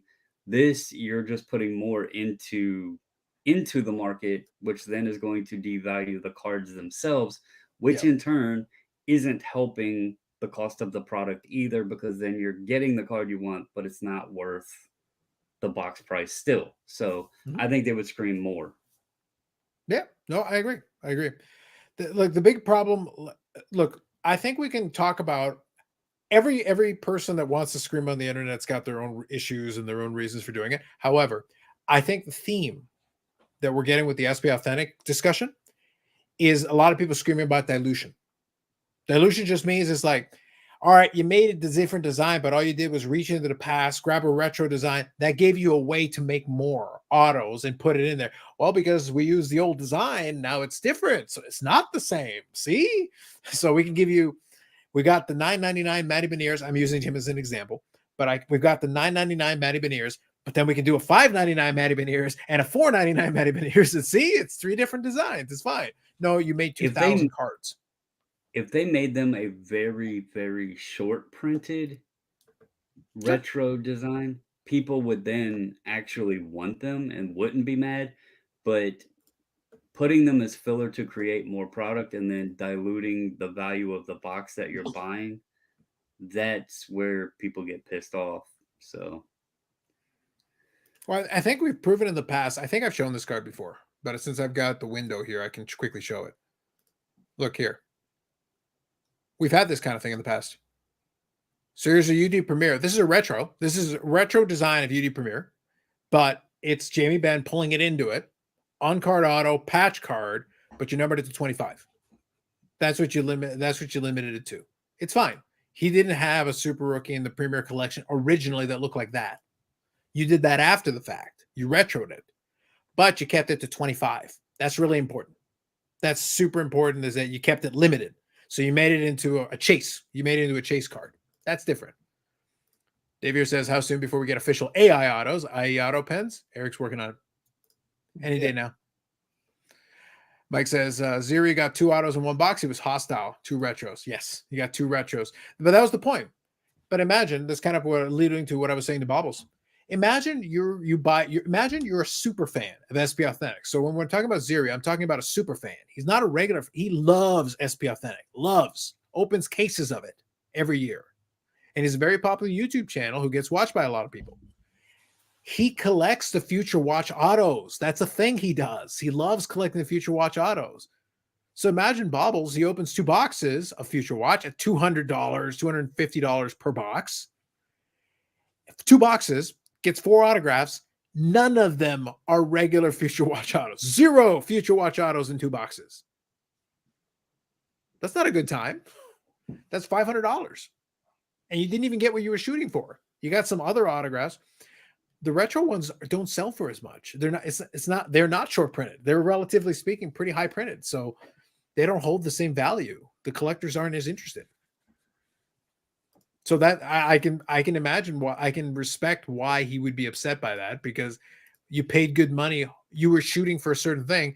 You didn't even get one. It wasn't a retro and a regular Future Watch. It was 0 Future Watches in 2 boxes. That's not cool. That's the thing you were. Imagine if you're trying to build a set, Eric. You didn't get any closer to the Future Watch side of the checklist because in 2 boxes, and you spent $500. Yeah, that'll make you upset. Deservedly so. Well, I mean, that would make you upset, but on this theme of not getting what you want in these modern day boxes, we had, and I hate to keep and being 2.5% more serious, I hate to keep bringing this up because it was our mutual friend that kind of had to eat it. We watched AMG with Brad and who was on with them, opening up. You're talking about Luke opening the cup box. Yeah. I mean, they spent thousands and there wasn't a damn thing in them. There was nothing. They spent thousands of dollars that night, and there was not one card that they pulled that I would have wanted. So you want to talk about being mad? And collect what you like, afford what you can afford, have as much fun in this hobby as you can, the way you want to do it. I choose to collect vintage and go through dollar boxes of old cards and find ones that are still in good shape and not pay thousands of dollars to hopefully get something you like and then realize that you didn't. That's just not my idea of a good time. So when every single time a new product comes out and people start going nuts and dropping hundreds, if not thousands, and then complaining, I just go, well, I'll be at the next show going through the vintage stuff again. You just keep buying that, and stay out of my way. I mean, I pulled this up already. This thing is an absolute banger. I'm talking for this year. The man said banger. For this year of card, it is so hard to get cards in good shape because of the chipping and the cuts and the whole thing. I mean, this Jacques Plante card is incredibly good shape. This has made my day. It wouldn't cost anybody more than $10 at a high priced dealer, okay, for that in that great shape. I don't understand how somebody can put thousands of dollars out and hope you get something that you want. I can't wrap my head around it. I've never been able to, which is why back in the early 90s I stopped collecting that way. Because even as I was doing it, I'm like, this is stupid. Why am I buying boxes and boxes and packs of all these new products? I can't keep up. I can't afford this. And I'm not getting anything that I'm hoping to get, that's being advertised on the side of the box. So I said, screw it. I'm done. I'm not collecting anything after 1990, and I'm going full vintage. So you told Topps to go screw.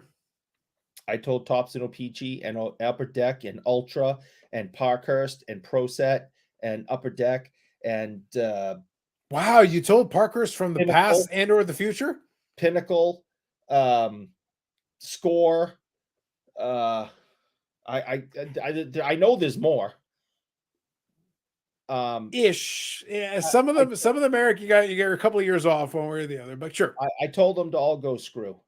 Amazing. Dr. Susie makes a valid point. To Eric's point, SB Legends is greater than the Cup. / Helgill. Facts. That's hard to argue with that logic. I think it seems sound. Brandon Ryan says, "What's the hobby without prospecting hype?" So actually, I'm going to have a bit of a fun take on this. Look, maybe for Schadenfreude related reasons. I want to caveat this by saying a lot of what I'm about to say is for Schadenfreude related reasons. I love the hype cycle. I don't have to play into the hype cycle. I can enjoy it as an observer, with my popcorn in hand. But look, my contention is this: people get, and this is the serious portion of this piece. People get into the hobby for different reasons. They've all got whatever it is that makes them happy or enjoyment about it. If you're taking a long-term view of it, then yeah, ideally it would be better to be a little strategic, develop a strategy. Sometimes you got to do it by experience. There's a lot of different aspects to that. But the whole hype cycle thing, for some people, people talk about how it's gambling, and we're like, yeah, it is. But here's the thing: there's a reason people like to go to Vegas.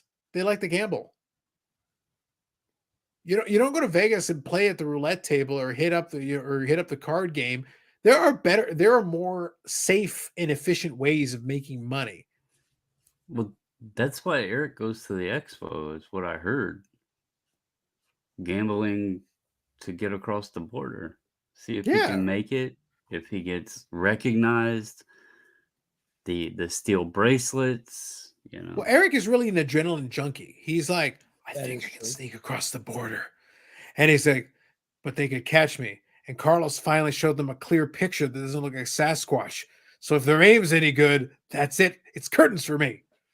And it's like all of a sudden his adrenaline picks up and he goes, I like to go chocolate sticks, and he runs. Camouflage. I go up through Vermont, okay, and I wait till it's late at night on a dark, cloudy evening, and I sneak across the border, full, camo makeup, the whole thing. We're wearing a ghillie suit, the whole thing. Riding your bicycle. Yep. Right. Well, actually, no, Eric. I envision you with the camo makeup, wearing a light, bright jacket. Basically, it's like it just flashes disco fever. Eat at Joe's. It's just you got half of it right, but the other half of it ain't great. It's like no. You didn't think this went through, did you? Well, I've always been brought up to be safe, and sometimes I forget. I'm just saying, I think there's an adrenaline junkie aspect to this, like a real, he's chasing something. He's chasing something. Not too many things as satisfying as the chase. That's what I'm saying. You get it. You get it, Brendan Ryan. You get it. What do you guys think of MGM Bet99 having a booth at the expo? Do they have a booth at the expo? I think for them, it's absolutely brilliant because 80 to 90% of the people in that building are gamblers. They just do it different. And I disagree. 105% of the people in that building are gamblers with a 6% margin for error. well, there you go. So I think they, as a company, are freaking brilliant if they understand the mindset of card collectors and the gambling aspect and the risks that they take and the money they drop. They're friggin' brilliant. Oh my God, MGM/Bet99. He's right. Now, other than that, I don't see why they're there. At the end of the day, to be fair, we've talked about this before. The Expo's become more of a trade show than anything else. Let's be clear. There's plenty of real card shops and booths that are related to it. But look, there's a trade show element to it. So let me pull this up here. I got the exhibitor list here, so I can quickly pull it up. Let's we're not going to do a full deep dive into the exhibitor list, but I can quickly go into a couple of highlights here. We can look at a couple of them. So let's scroll through here. Dealer list. I'll make it a little bit bigger. We got the Shane Pintos on hand, by the way. Nice. Prospecting. There you go. All right. Can you see that okay? Okay. So we got the exhibitor list here. So Draft Day Sports, you got Dream Card Shops, so you got a lot of different ones. But then if you look at the ones in bold, those are various either corporate exhibitors or folks that have different types of booths. So like if you look at PSA, that's in bold because that's 3,800. That's that gigantic square. When we look at that, I'll pull up the actual images from the rest of the program there. But Heritage Auctions, the Hockey Hall of Fame. Okay, here's a question. Why is the Hockey Hall of Fame there? What are they selling? What sports cards are they selling? They're not selling sports cards. They're probably trying to get people into Toronto that weekend for the Hall of Fame induction. Correct. Game, the Hall of Fame, everything. They're trying to get hockey fans to the Hall of Fame that weekend. It's a business that sees a place that sports fans or hockey fans are there. So they're looking at the demographic audience and saying, yeah, we should get in on that. Let's set up a booth. I get it. That's the same concept. It's like, I understand it's not for wagering. I get that. But what I'm trying to say is that there's a reason for them to be there because otherwise they're not selling sports cards. So why are they at a sports card expo? Because it's not really a sports card expo anymore. It's still predominantly most of these dealers, most of these booths that I'm scrolling by, if you're reading slowly, I'm moving through it. The majority of these that you're looking at are card shops. So the majority of these are going to have cards or memorabilia or whatever the case may be. You'll be able to find it. But you're going to have a lot of these other corporate entities. Frameworth. Why? Well, they sell accessories. They do framing. Okay, that makes sense. eBay. Self-explanatory. I don't think I need to clarify that. PWCC. Get it. Heritage Auctions. Makes sense also. So a lot of these do make sense in context of what you're doing. Our friends at AMG Collectibles. PE1. I'm glad Beckett made it easy for Eric to remember just 3,000. Yes. Beckett can go shit in a hat. Wow. But I am curious, why isn't I didn't see CGC or SGC on there. That's disappointing. In the past they've been there, but I think they gave up on it. I'll be honest, Bobbles, they did not have a lot of success. In the past, I remember SGC being a barren wasteland. And that's they were interesting. There. That's actually interesting because obviously that's who I use, and I have a very good success selling hockey in their slabs. It actually is one reason why I send a lot of the young guns and stuff to them, because the hockey collectors are used to M&T and all of that, and they seem less like, I don't know, Karenish on needing a specific slab. They're more open-minded about all. I love that obviously PSA is still. I love that Karenish is a descriptor. Karen. Yeah, I couldn't think of a better word to describe it, but No, that was perfect. That is now part of the lore of the show. It will be used again. It shall be used henceforth in the lexicon. Yes, it shall. but that just surprised me because I do very well selling the hockey. So Yeah. No, I just remember the SGC booth being there and then being the Maytag repairman. It was kind of sad after a while. There'd be once in a blue moon people would come by and like check in on what they were doing, but they weren't getting a lot of submissions. I don't blame a corporate company that is doing those if they're not getting traffic to not do it. They obviously Well, couldn't stand up to the KSA juggernaut. Obviously, yeah, and I guess because I didn't see CGC on there either, and they no. both are, although it's not like, well, CGC does PSA is have all the way though. across the damn country. So CGC does have though some submitters, some like big submission centers, quote unquote. So they've got a few that are doing that kind of receiving, basically acting the role of the bulk submitter and sending to and from to them. I will say part of the problem, and I'll zoom in here on the hall that has all the graders. So I'll zoom in on that one here so we can look at it. So here it is from the map, from the show map. So you can see there the big PSA booth. You got the KSA, Beckett, coasters, Mint collector, Mint MNT. You got the CSC, and then you got the autograph pavilion, the stage. You got all that stuff that's going on there. So they're going to have a lot of activity in that hall. So they actually are drawing a lot of foot traffic that way. Probably a smart move. I get it. But here's the thing. PSA has a submission center stranglehold. We talk about the PSA Canada and the stuff that they can do to help out with the customs. The customs is our big bugaboo here.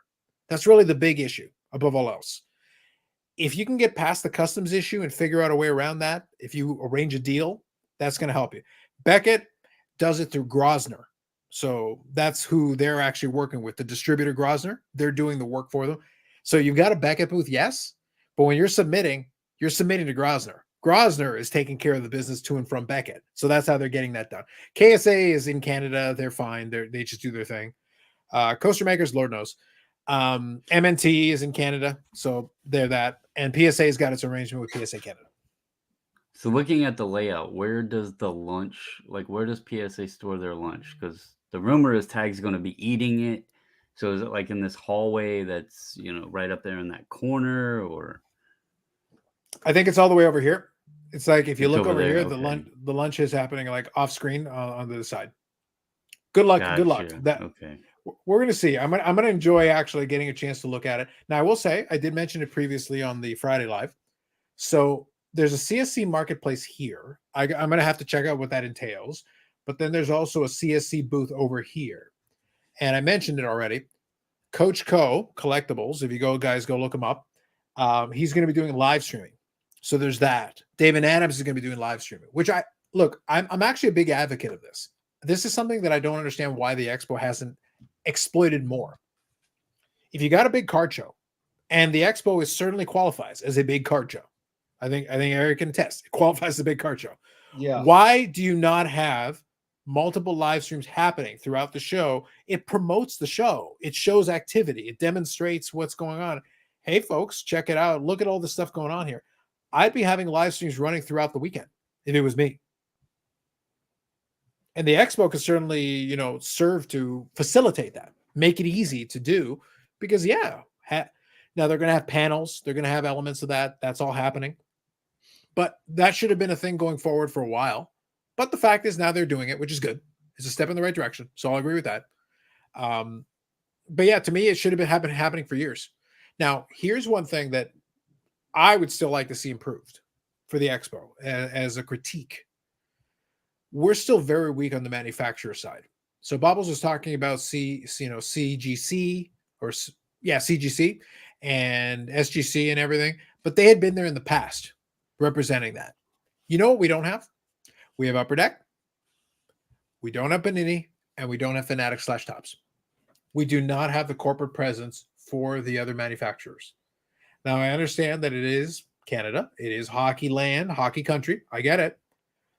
But in the old days, you still got baseball and freaking basketball and even football fans, but you have teams up there representing the other sports. I mean, Bubbles, back in the days, ye old 90s, we had Pacific, we had Pinnacle, we had all of them. We had the whole complement. We had the Tops booth, the Pacific booth, the Pinnacle booth, the Fleer booth. We had them all. I know this because I was in line for the promos that they were giving away back in the old 90s. I assure you there were people at those booths. And that was during the dead era in the 90s. Okay. There were people in line to get the promos at the booth. And it's been gone for years. And it's very sad because it's like Upper Deck, I think, is going to do a good job. They'll do their thing, all good. But like Upper Decks are the only manufacturer that shows up.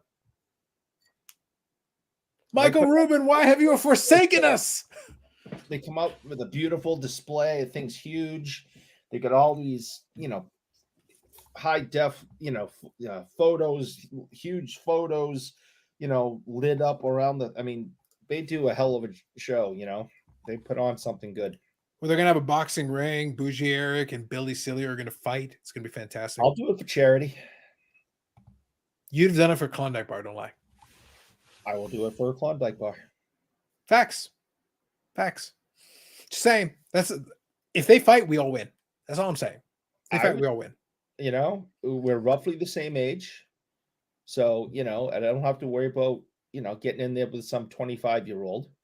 So, yeah, I'll do it for charity and or a Klondike Bar, and we'll go around. Yeah, and I'll be there in Eric's corner, yelling encouraging things like, "Hey, Billy's the one who came up with the signature with the portraits." Much anger. Yep. Yeah. And Billy thinks it's a fantastic idea. Billy loves mayo, Eric. Loves mayo. Now, see, I don't ever tell him this, but I like Billy. You yell those things to me, I'll hurt him. I don't want to hurt him. He'll be like Bubbles. Rocky. I lose nothing. I lose nothing. Like this works out great for me no matter what happens. And I won't throw in the towel. Just keep it going. Hit him again. His soul's still dancing. Hit him again. No, I don't want to do that to poor Billy. I don't know. So, serious question real quick, because I know we're probably going to wind up here soon, but soon, yeah. If Upper Deck was to make, I don't even know if Eric knows what it is, but if they were to make like a Topps heritage style product and bring back a set that maybe had a mix of Hall of Famer legends, guys outside of the Boston Bruin top 100, and then maybe mix in some of the modern guys and designed it under, the 1969 set, would you be interested in that set? I'd be interested in taking a hard look at it, yeah. There you go, Bobby. Or Billy. Sorry, Billy. Yeah, Billy. Billy, Bobby, too many B's. Well, there you go, Billy. Bobby's There's Upper Deck's next guy. next Billy's the one he's boxing. So, what I'm hoping is I can talk to Billy and Carlos, maybe you can help me. There's a very nice woman that is kind of runs Upper Deck up there that was there last year. I remember talking to her for a bit. She's kind of she was like the boss up there. Do you remember who I'm referring to? I forget her name at the moment. The name escapes me, but I think I know who you're talking about. Okay, so very nice. Very nice. I would like to ask them, when is the Boston Bruin Centennial hockey card boxes and the set coming out that I single-handedly put together for Upper Deck? Now, you're talking about the one they released or the one that just includes 100 Hal Gill cards? Just full from 1 to 100 Hal Gill. They have not released it yet. I'm waiting for it to be released. I want to know when the release date is, and I want to know that if on the back of every box and or pack, do they have thank you, thanks goes out to Eric Wade, who without his assistance, this product never would have come to fruition.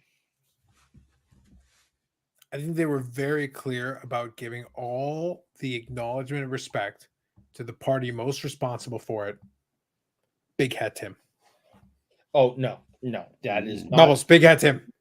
Big No, old Timmy Two Hats. no. Hobby Goat. So He have the Topps card. He's got a Topps card, Eric. he does. He does. And there's possibilities of more. How many Topps cards do you got? I already know the Fanatics over Bobbles. The more we talk, the more after all I've done to advocate for the Fanatics Overlords, they continue to forsake us. Eric has a feeling. I have less than a feeling. We got to round down to 0. But if I had a feeling, it would be hurt right now. If I had one, let me tell you, hurt big time. Good thing. Bigly. Man. Woo. Topps owned the design rights to all the old Peachy designs. Upper Deck has definitely used some of the old ones. So they might have licensed it, but they've definitely used a couple. They borrowed a few here and there. Now, it could, again, be on a case-by-case basis, but they've definitely done that. Well, it was just a hypothetical. I was just also trying to see if Eric would actually be interested in a modern set like that. But you know what was funny? One thought that I had as you were describing it to me, though, you know what's funny? Back in, I want to say 99, maybe 99, 2000, I think. Upper Deck did UD Retro. And as part of UD Retro, it was a new design, but they included a lot of classic heritage players. So they mixed and matched. And it was good. I thought it was well done because that was the one, if you guys remember, where they did the lunch pails. The boxes were like the metal lunch pails, and they did a whole thing with it. It was a cool idea. Like they played up the whole retro thing, and they had an autograph insert set. I think it was Incredibles, and they had a lot of legends in it. So you had the mix of the legends, a mix of the players that were top players at the time, a little bit of mix and match. And you had all the pieces, including one of ones, including all of it. So you could get a bunch of them. I want to say there is one on ComC that I've laughed. I've actually followed it on ComC. I will see if I can find it here. I have no intention of buying it, but I just thought it was hilarious. And I was going to bring it up at some point, and now's as good a time as any. I was just looking. I can't find it at the moment, but I'm pretty sure I have one of the Wayne Gretzky lunch boxes. Yeah, there were a couple of those. So that was kind of the key to that one. Scoring his 802nd goal. But it's way back in the closet, and I'm too short to get back there without a step stool. Wow. We need to get your whole setup, man. It's a deep closet, and I have a lot of shelves I built in it. And it's in the top shelf way in the back, and I can't reach that right now. Wow. That'll be an upcoming video. Yeah. All right, here we go. I got it. So this is what I'm referring to. So if you guys remember this, I'll show you.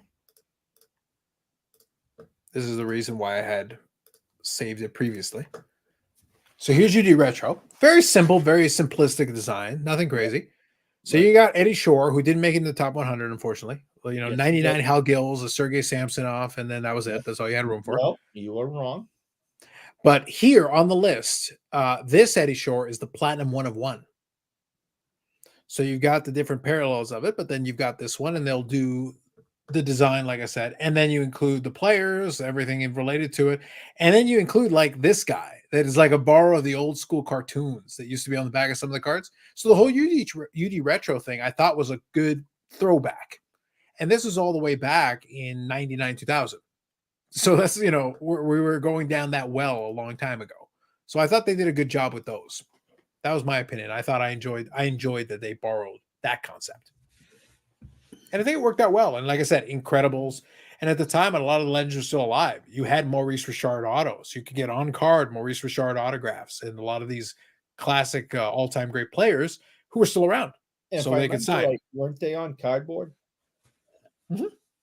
There was actual cardboard. So they went. Yep, they went right. The whole point of the retro was they went retro. So they went cardboard stock, a whole bit. And if you wanted to autograph any of those things, you could because it wasn't really glossed. It was totally solid for autographs. If you wanted to do your own, you could do that. But they had autograph subset in there, no doubt. Makes sense. Yeah, anything with the older players, I'm interested in. I know it sounds, like I don't buy new products at all. But I mean, this is relatively new. Let me see. What is this? 2014 15. This is number 3 out of 15. I mean, there's a Bobby Orr auto. Oh my You know? God, that must be from like his 3 games in Boston. I remember it was in a Chicago Blackhawk. I know. Chicago Blackhawk legend. Yeah. I mean, Legend. I have, here's a Martin Brodeur, jersey piece, and jersey plus patch piece out of, whatever. I don't know. I can't tell. Was it out of 35?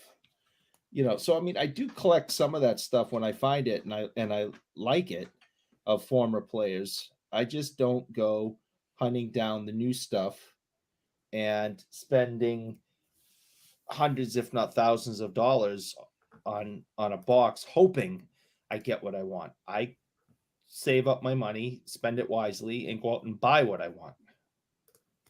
I just can't do it the other way. It doesn't make sense to me. There you go. Makes sense. Dr. Exclusive says the current OPG base sets are printed on an older style paper stock. That is true. That is accurate. By the way, if you like your old school style, low scoring barn burners, the Leafs and the Lightning, 6-5 in overtime. Low scoring barn burners. Dallas forgot how to put the damn puck in the net, apparently. It was very sad. I think there's a guy. Let me see if I remember who it is that is stopping them from doing that at the moment. They didn't score last night either, Eric, and I know he didn't play last night. Yeah. Or night before, whatever it was, the Canucks night. Oh, I know who's doing it. Hold on. I think I know exactly who's stopping all the pucks. I think it's this guy. That would be Jeremy Swayman. I only know the guy on the left is a Joe Thornton superfan. That is not incorrect. That is what your subheading says. That is what your subheading says. I think my new friend Jeremy Swayman is shutting out Dallas right now.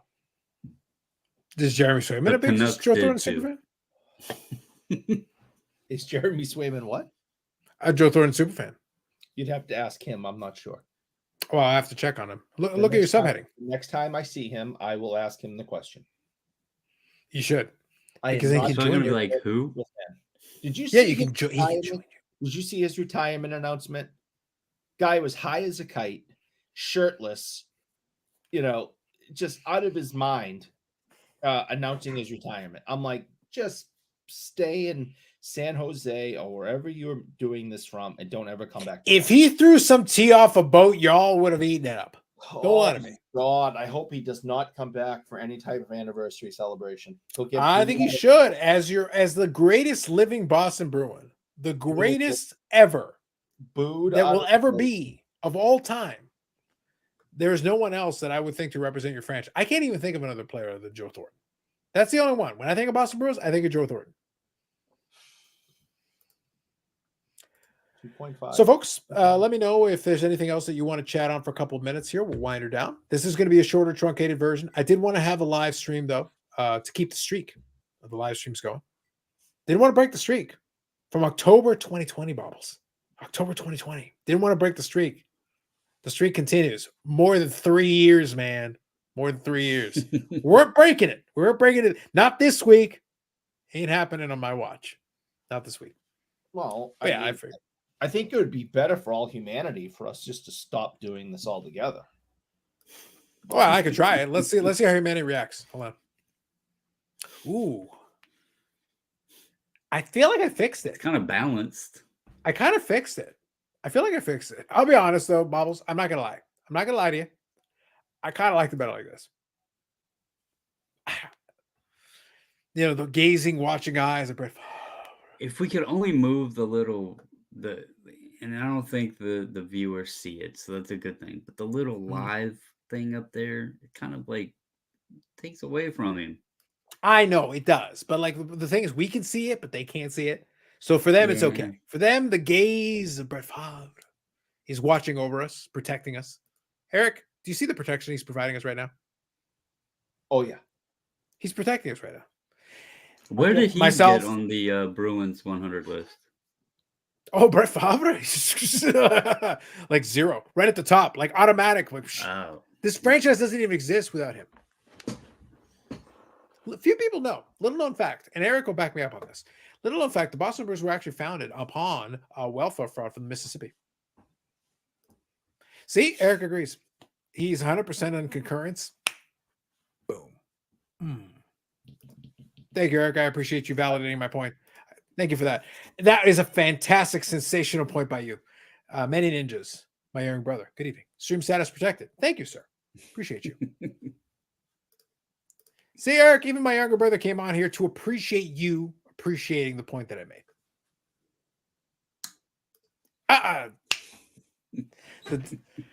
Y'all, I could do this all day. I really could. I really could do this all day. I would do it all day if it was Friday. But since we are being 2.5% more mature, I will refrain. I'm not feeling the 2.5 tonight. Eric, another Friday, I will take you off screen 400 times. And then you'll feel what the 2.5 looks like. You'll know what the 2.5 is. All right. Any last thoughts then? We'll start winding her down here. We'll do it just under 2 hours. As far as the rest of the week is concerned, so let me line this up.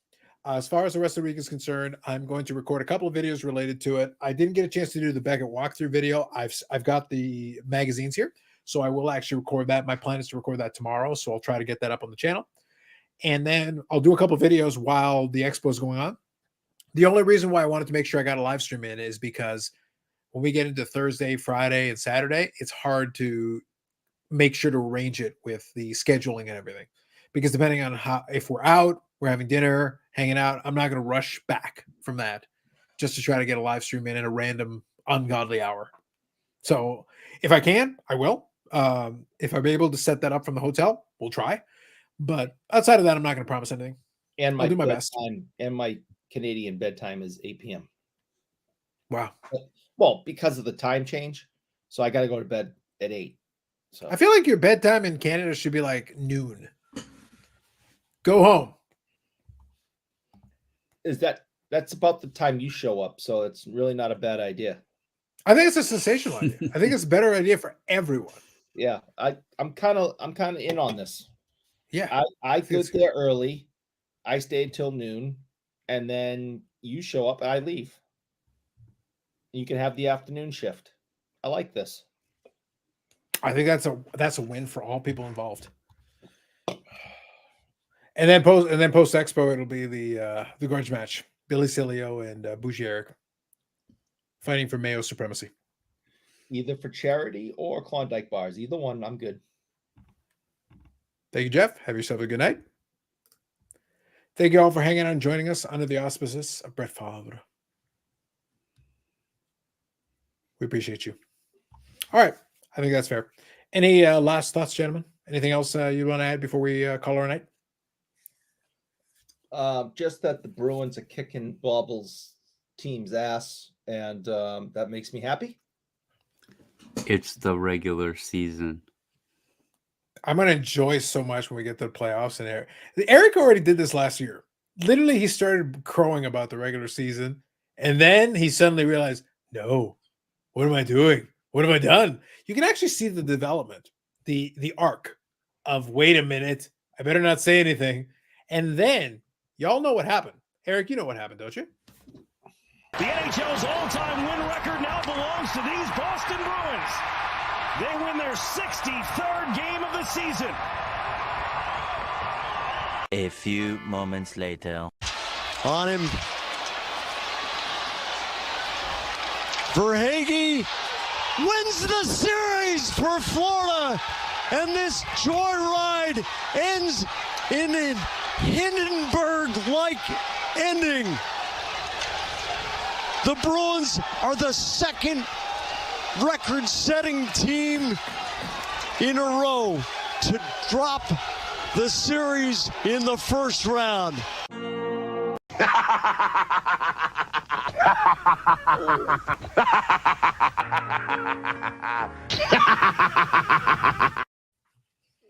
I don't think that last part made it into the original cut, but somehow the $1 Million Man had to get in on that action. I don't know what happened there. That was just crazy. I do have one last thing, and it's not related to cards or anything like that. By all means. I want to give a shout out to, well, I have a busy month, but I want to give a shout out to my daughter. She will be the big 18 on Thursday. So she's crushing her senior year, working, all of that. She will be 18. I will officially have both children in adulthood. The following week, I have my anniversary. Then I have the missus' birthday, and then I have Thanksgiving, and all of that good stuff. So November is going to be a crazy month, but I just wanted to recognize my daughter and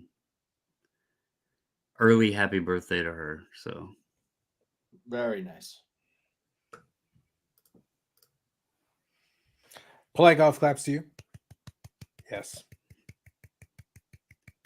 Well done. Well done, sir. boo. My daughter will be turning 19 on the 14th. So it sounds like we had them about a year apart.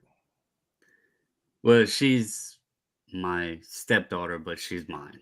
So I don't look at it that way. She's my daughter.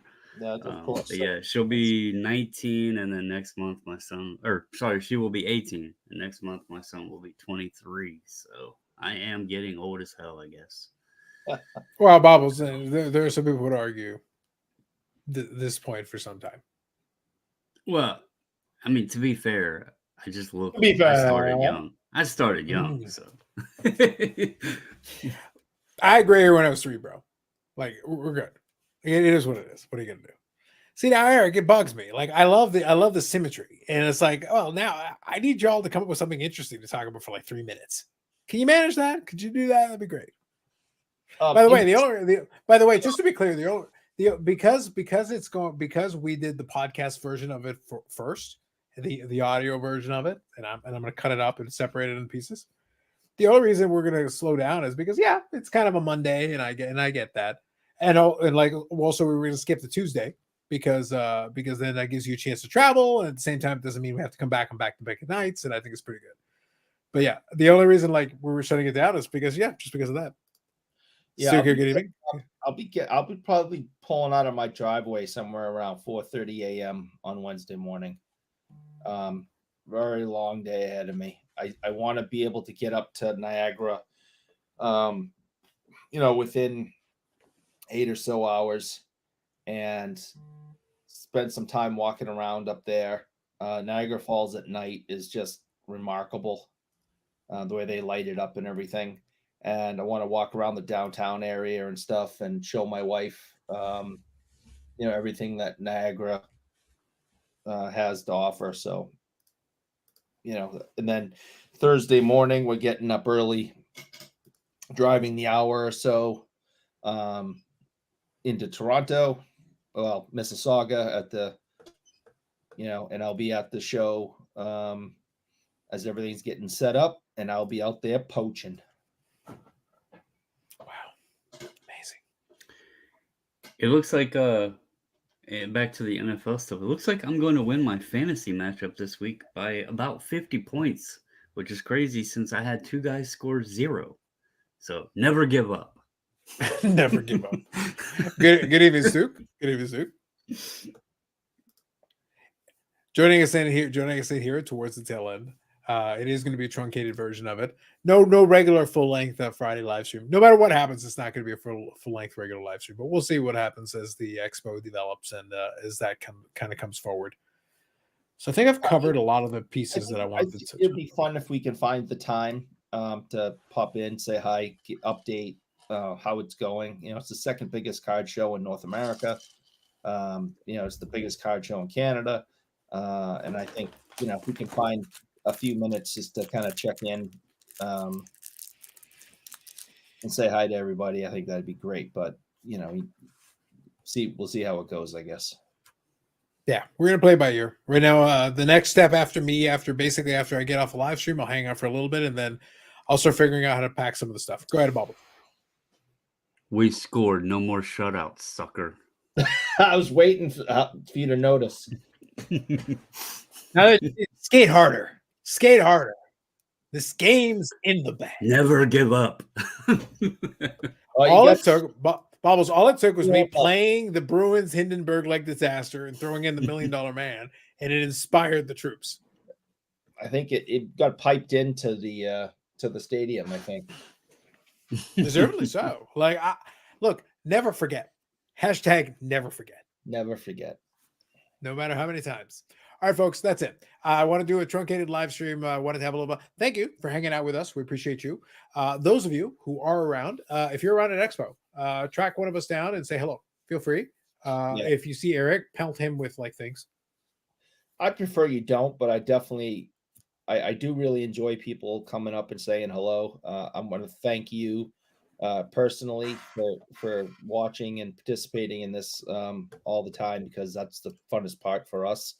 So yeah, if you're at the show, please stop us and say hello. And I want to thank you personally. So, And don't forget, he really loves when you guys hit that like button, showing your appreciation.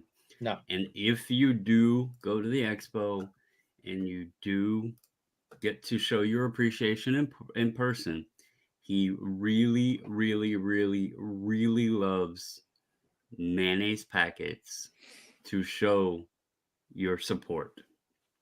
nope, that is disgusting. Face. There's a very good chance if anyone comes up to me with mayonnaise, I may punch them in the mouth. There you go. If you want some free cards. Do not come up to me with mayonnaise, I will punch you. You know, guys, if you freeze mayonnaise, it can knock him out if you hit him with enough of it. I will. There's just if you're knocked out, you're not punching anybody. Yeah, you're barely right now. We're not even sure you're going to be able to fight Billy.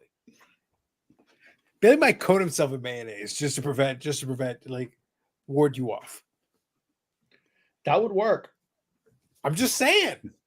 There's strategy to this. There's levels to this, sir.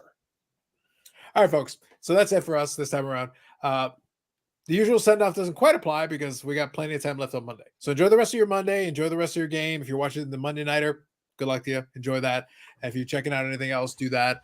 And then, like I said, check out if you're already subscribed to the channel, you'll see what's coming up next. If you could hit like on the way out, Eric will pay. Make him pay. That bastard deserves it. Truly.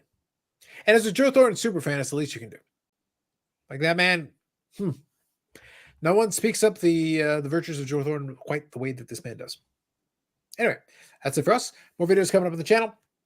Hit the like button on the way out. Live streams coming up. Next Friday, we'll be back in the normal time slot. Same bad time, same bad channel.